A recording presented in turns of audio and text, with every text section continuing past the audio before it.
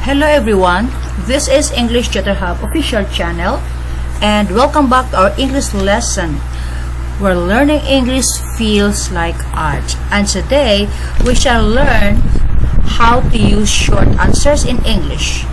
Me too, me neither. Let's get started. Me too. Look at the following examples. Look at the following examples. I'm tired.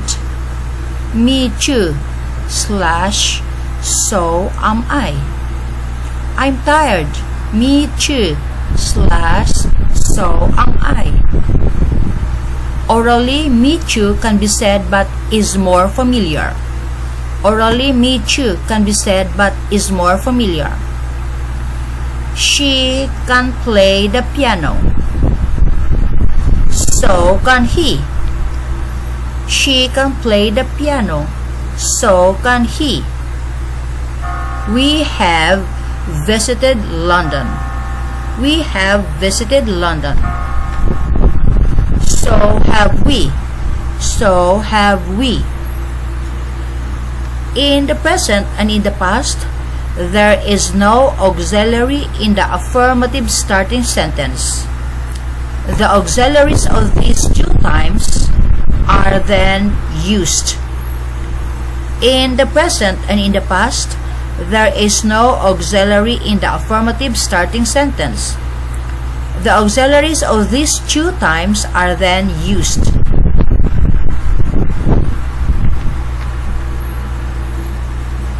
Do in the present and did in the past. Do in the present and did in the past. My brother loves coffee. My brother loves coffee. So do I. So do I. Paul ate a cookie. So did she. Paul ate a cookie. So did she. Neither. Neither. When the starting sentence is negative, the neither plus auxiliary plus subject structure is used. When the starting sentence is negative, the neither plus auxiliary plus subject structure is used. I've never been to Italy. Neither have I. I've never been to Italy. Neither have I.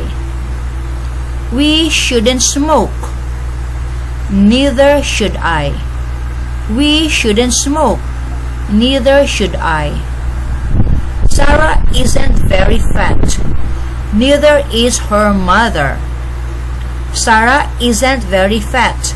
Neither is her mother. Orally, we can also say me neither, but it's more familiar.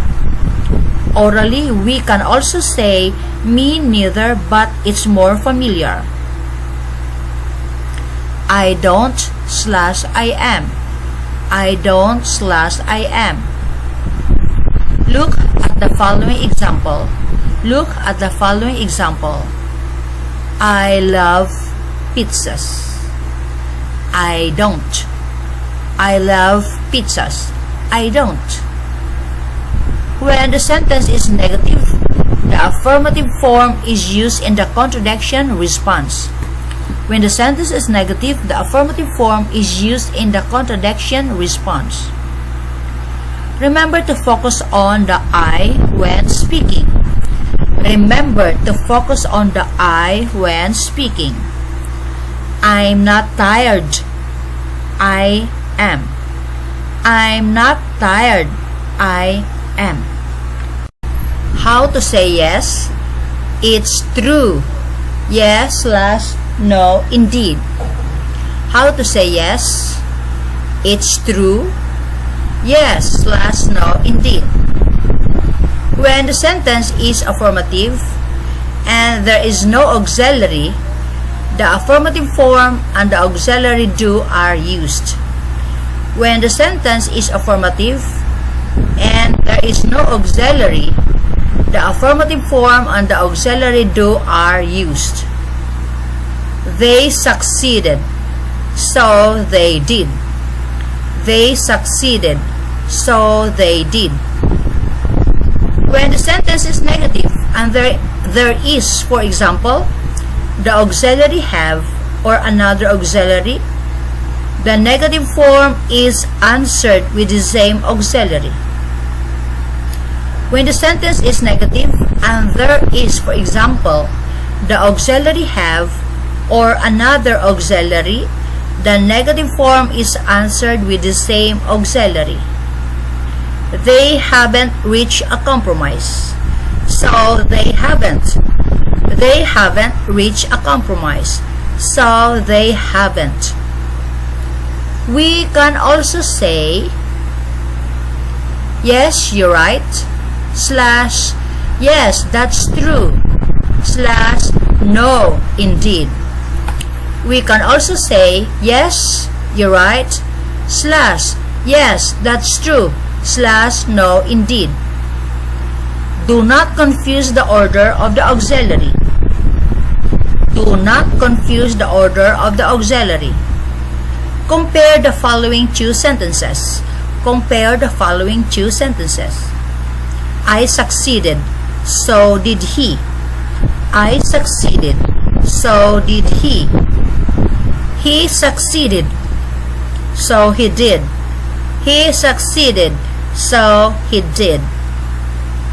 This video ends here about how to use short answers in English. Me too, me neither. Thanks for watching.